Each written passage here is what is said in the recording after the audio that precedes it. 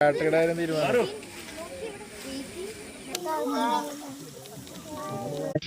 മനസ്സുകൾക്കും tourism ടെക്കിന്റെ പുതിയൊരു വീഡിയോയിലേക്ക് വീണ്ടും സ്വാഗതം. നമ്മളുള്ളത് കോടനാടാണ്. കോടനാട് ആനക്കളരി എന്നാണ് പറയണ. ഇതിന്റെ ബാക്കിലൊരു കിഡിലൻ ആനയുണ്ട്. അപ്പൊ നമുക്ക് എറണാകുളത്ത് നിന്ന് വളരെ എളുപ്പത്തിൽ ഒരു വൺ ഡേ ട്രിപ്പ് അടിക്കാൻ പറ്റിയൊരു സ്ഥലമാണത്. പിള്ളേർക്കൊക്കെ നല്ല രസകരമായ കാഴ്ചകളൊക്കെ ആയിരിക്കും. അപ്പൊ ആ ഒരു വീഡിയോ ഫുള്ളായിട്ട് നമുക്ക് കാണാം. ഈ ഭാഗത്തേക്ക് വരുമ്പോൾ ഹോട്ടലുകൾ ഭയങ്കര കുറവാണെന്ന് ഞാൻ കഴിഞ്ഞ വീഡിയോയിൽ തന്നെ പറഞ്ഞിട്ടുണ്ടായിരുന്നു. എന്നാൽ ഈ കാണുന്നത് അഭയാരണ്യത്തിൻ്റെ തൊട്ട് മുമ്പ് തന്നെയുള്ള ഹോട്ടലാണ്. ഇവിടുത്തെ ഭക്ഷണത്തിൻ്റെ നിലവാരമൊന്നും എനിക്ക് അറിയാൻ പാടില്ല. കാരണം ഭക്ഷണം ഞങ്ങൾ കൊണ്ടുവന്ന് കഴിച്ചത് കാരണം ഇവിടെ ഹോട്ടലിൽ ഞങ്ങൾ കയറിയില്ല. ഈ ഹോട്ടലിനെ പറ്റി അറിയാവുന്നവർ ഒന്ന് കമൻറ്റ് ചെയ്താൽ ബാക്കിയുള്ളവർക്കും കൂടി അത് ഉപകാരപ്പെടും കേട്ടോ. ഇവിടെ അത്യാവശ്യം വിശാലമായ ഒരു പാർക്കിംഗ് ഏരിയ ഉണ്ട്. ടിക്കറ്റ് റേറ്റ് ഇത്തിരി കത്തിയാണ്. 50 രൂപയാണ് ഒരു കാറിൻ്റെ റേറ്റ്. ബൈക്കിൻ്റെ റേറ്റ് ഞാൻ അന്വേഷിച്ചില്ല, അത് വിട്ടുപോയി. കുട്ടികൾക്ക് മുതിർന്നവർക്കുള്ള ടിക്കറ്റ് നിരക്ക് ആ കാണുന്ന ബോർഡിലുണ്ട്. ആ റേറ്റൊന്നും എനിക്ക് വലിയ കുഴപ്പം തോന്നിയില്ല. പക്ഷേ ക്യാമറയുടെ 250 രൂപ എന്നുള്ള റേറ്റ് മാത്രം എനിക്ക് തീരെ ഇഷ്ടപ്പെട്ടില്ല.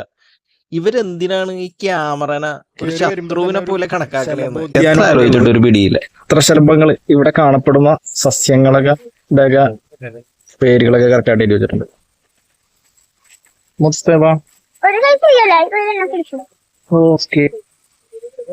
ബട്ടർഫ്ലൈക്ക് ഒന്ന് ഇരിക്കാൻ പറ്റുന്ന സൗകര്യത്തിനുള്ള പ്ലാന്റ്സ് ഒക്കെ എന്നോട് വെച്ചേക്കണം. പക്ഷെ ബട്ടർഫ്ലൈനെ ഒന്നും കാണാനില്ല കേട്ടോ.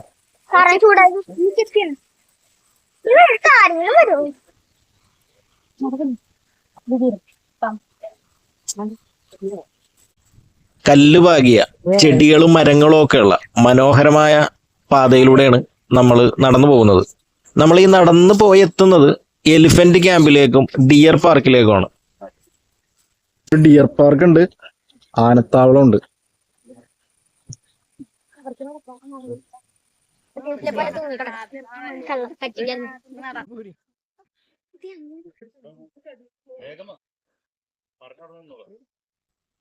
അവിടെ കുറെ മാനുകളുണ്ട്.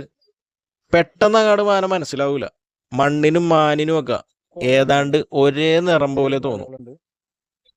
എല്ലാം പുള്ളിമാനുകളാണ്. ഇപ്പൊ ഇവിടെ ചെറിയൊരു ചാറ്റൽ മഴയുണ്ട്. മഴ കനക്കാനുള്ള ഒരു സാധ്യതയുണ്ട്. പിന്നെ ഇവിടുത്തെ ക്യാമറയുടെ 250 രൂപ എന്നുള്ള കത്തി റേറ്റും, ഈ 2 കാരണങ്ങളും ഉള്ളതുകൊണ്ട് ഞാൻ ക്യാമറ കാറിൽ തന്നെ വെച്ച്. പക്ഷെ അതൊരു ചെറിയ മണ്ടത്തരമായി പോയി. കാരണം ക്യാമറ ഉണ്ടായിരുന്നെങ്കിൽ ഈ മാനുകളെയൊക്കെ കുറച്ചും കൂടി നല്ല വ്യക്തമായിട്ട് നിങ്ങളിലേക്ക് എത്തിക്കാൻ പറ്റിയാണ്.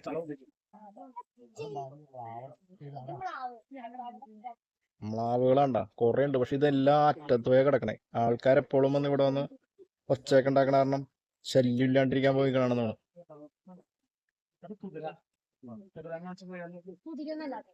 ഇവിടെ വെള്ളം കുടിക്കാനുള്ള ഒരു ടാങ്ക് ഒക്കെ ഉണ്ട്.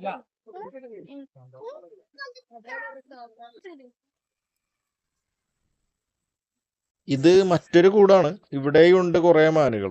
ഇതെല്ലാം പെൺമാനുകളാണെന്നാണ് തോന്നണത്. നേരത്തെ കണ്ടതെല്ലാം ആൺമാനുമാണെന്നാണ് തോന്നണത്. ഇതിപ്പോ പെണ്ണല്ലേ, അപ്പൊ കുഞ്ഞുങ്ങളുണ്ടാവൂലോ.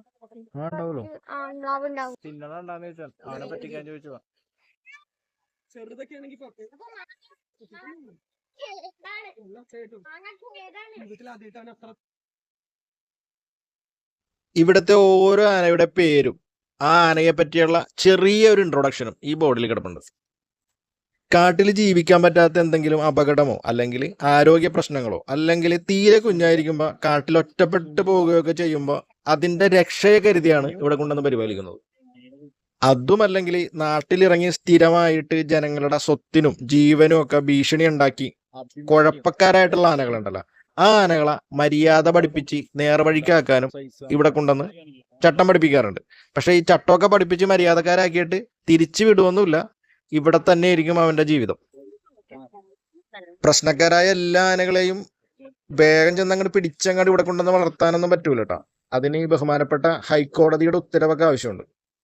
അങ്ങനെ നോക്കിയാൽ ആനയുടെ ദുർഗുണ പരിഹാര പാഠശാലയാണിതെന്ന് പറയേണ്ടി വരും. അതായത് ജുവനൈൽ ഹോം. ഇവിടെ ഒരു ആനയുണ്ട്, അതിന്റെ പേര് അഞ്ജന, 19 വയസ്സ്.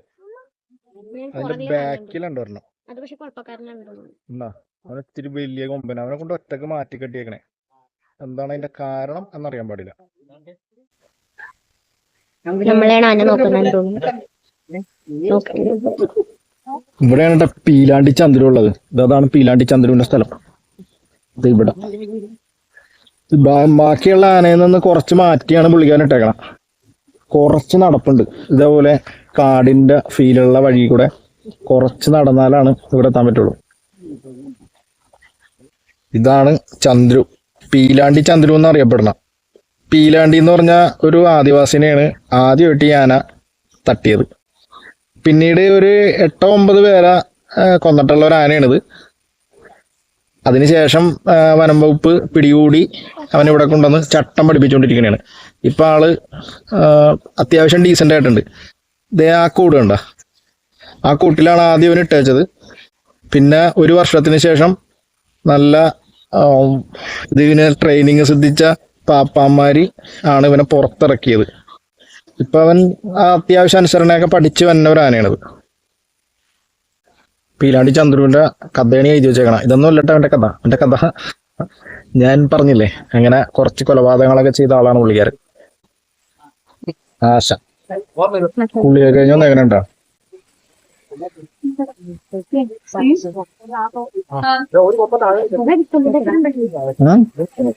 തീരുമാനം. ഇത് ആനയുടെ കുളിക്കടവിലേക്ക് പോകുന്ന വഴിയാണ്. ഇവിടെ നിന്ന് ഇങ്ങോട്ട് കയറുമ്പോ തന്നെ ഒരു ചെറിയ ഏറുമാടത്തിന്റെ സെറ്റപ്പ് ഉണ്ട്.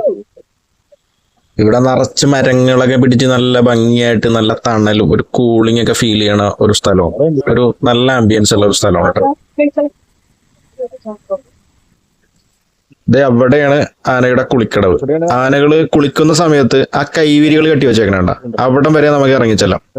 കുളി ഇവിടുത്തെ പ്രധാന ഒരു അട്രാക്ഷൻ ആണ്. വൈകിട്ട് 3:30 മുതൽ 4:30 വരെയാണ് ആനകൾ കുളിക്കുന്ന സാധാരണ സമയം. ചില സമയത്ത് അതിനു മുമ്പും പിമ്പൊക്കെ ആയിട്ട് കുളിയൊക്കെ കഴിയൂട്ടാ. ഞങ്ങള് 4:30 മുമ്പൊക്കെ ഇവിടെ എത്തിയെങ്കിലും ഞങ്ങൾക്ക് ഇത് കാണാൻ പറ്റിയില്ല. പിന്നെ ഈ കാണുന്ന ആനയുടെ കുളി നമ്മളുടെ പല ഫാമിലി ട്രിപ്പിനും കൂടെ ഉണ്ടാവാറുള്ള ഫാമിലി, അഭിലാഷേട്ടൻ ആൻഡ് ഫാമിലി, ആ ഫാമിലി കഴിഞ്ഞ ആഴ്ച ഇവിടെ വന്നിട്ടുണ്ടായി. അപ്പൊ അവര് പകർത്തി തന്ന വീഡിയോയാണ്. നല്ല ഷോട്ട്.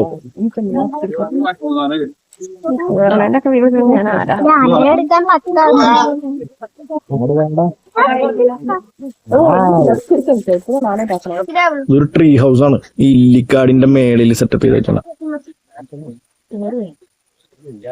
അവളെ സൂക്ഷിക്കണോട്ടാ.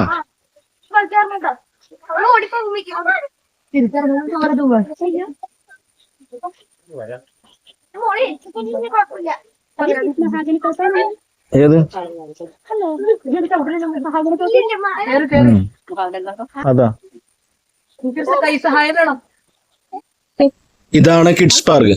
പിള്ളേർക്ക് അത്യാവശ്യം ഒന്ന് തകർക്കാൻ പറ്റിയ സാധനങ്ങളൊക്കെ ഇവിടെയുണ്ട്.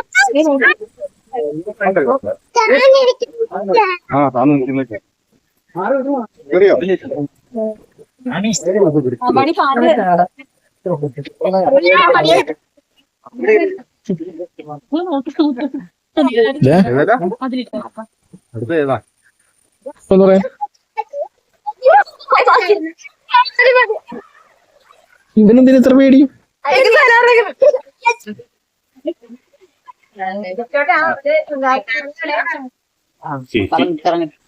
ആ ബാക്കിൽ കാണുന്നത് ചെറിയൊരു റെസ്റ്റോറന്റ് ആണ്. അത്യാവശ്യം ചായയും സ്നാക്സും കൂൾ ഡ്രിങ്ക്സും ഒക്കെ ഇവിടെ കിട്ടും.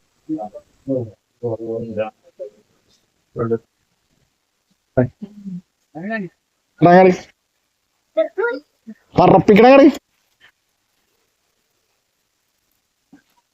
പുല്ലുപോലിരിക്കണത്.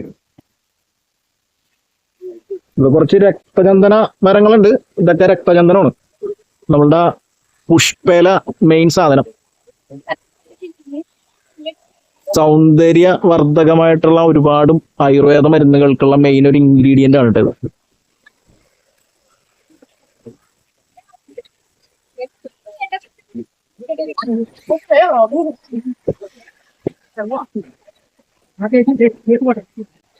കഴിഞ്ഞ വീഡിയോയുടെ തുടക്കത്തിൽ തന്നെ ഞാൻ പറഞ്ഞിട്ടുണ്ടായിരുന്നു ഈ ട്രിപ്പിന്റെ മൊത്തം ചെലവ് കണക്കാക്കി പറയാന്ന്. അപ്പൊ അങ്ങനെ പറയുമ്പോ ആദ്യം നമ്മളുടെ വണ്ടിക്ക് പെട്രോൾ അടിച്ച 1000 രൂപ. പിന്നത്തെ ചെലവ് വന്നത് ഹരിത ബയോ പാർക്കിലെ എൻട്രി ഫ്രീ ആണ്.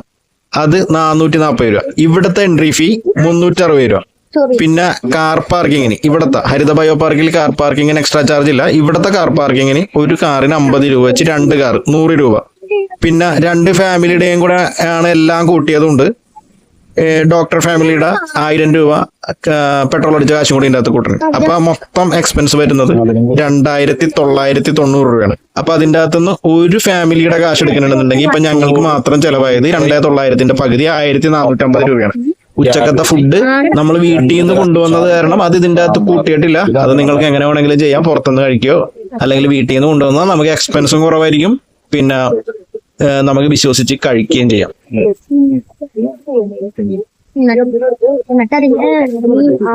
ഇത് 5:30 വരെ ഇവിടെ പ്രവർത്തിക്കുള്ളൂ.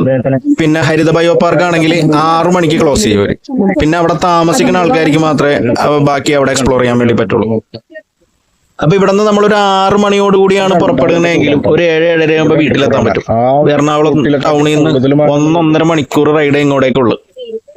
പിന്നെ നമുക്ക് കുറച്ചും കൂടി എക്സ്പ്ലോർ ചെയ്യണമെന്നുണ്ടെങ്കിൽ നമ്മൾക്ക് മലയാറ്റൂര് അടിവാരം പള്ളിയുടെ അവിടെ പോയി പുഴയിലൊക്കെ ഒന്ന് കുളിച്ച് ഒന്ന് കൂടി ഉഷാറാക്കിയിട്ടൊക്കെ പോവാം. നല്ല മഴയൊക്കെ ഉള്ള സമയത്ത് അത്യാവശ്യം ഒഴുക്കൊക്കെ ഉണ്ടാവും അവിടെ. ആ സമയത്ത് സൂക്ഷിക്കണം. അതല്ലാത്ത സമയത്ത് ഒട്ടും വെള്ളം ഉണ്ടാവില്ല. നല്ല സേഫ് ആയിട്ട് ഇറങ്ങാൻ പറ്റിയ ഒരു സ്ഥലവും. എറണാകുളത്തൊക്കെ താമസിക്കുന്നവർക്കും തൃശ്ശൂര് താമസിക്കുന്നവർക്കും അങ്ങനെ സമീപ ജില്ലകളിലുള്ള ആൾക്കാർക്ക് ഒരു 1 ഡേ അടിച്ചു പൊളിക്കാൻ എക്കണോമിക്കലായിട്ട് അടിച്ചു പൊളിക്കാൻ പറ്റിയ ഒരു സ്ഥലമാണിത്. വലിയ എക്സ്പെൻസ് ഒന്നും വരില്ല ഇവിടെ ഇറങ്ങാൻ വന്നാൽ. ഇവിടെ വന്നാൽ മഹാഗണിത്തോട്ടവും പിന്നെ മലയാറ്റൂര് മലയും പള്ളികളും എല്ലാം ഇതിന്റെ അടുത്തടുത്ത പ്രദേശങ്ങളാണ്. വലിയ ദൂരമൊന്നുമില്ല എല്ലാം തമ്മിൽ. ഇതുവരെ നമ്മളുടെ ചാനൽ സബ്സ്ക്രൈബ് ചെയ്യാത്തവർ ദയവ് ചെയ്തൊന്ന് സബ്സ്ക്രൈബ് ചെയ്യുക, ലൈക്ക് ചെയ്യുക, ഷെയർ ചെയ്യുക. നിങ്ങളുടെ നിർദ്ദേശങ്ങളും അഭിപ്രായങ്ങളും ഒക്കെ കമന്റിന്റെ രൂപത്തിൽ അറിയിക്കുക. മറ്റൊരു വീഡിയോയുമായിട്ട് അധികം വൈകാതെ നമുക്ക് വീണ്ടും കാണാം. അതുവരെ ടേക്ക് കെയർ, ബൈ ബൈ.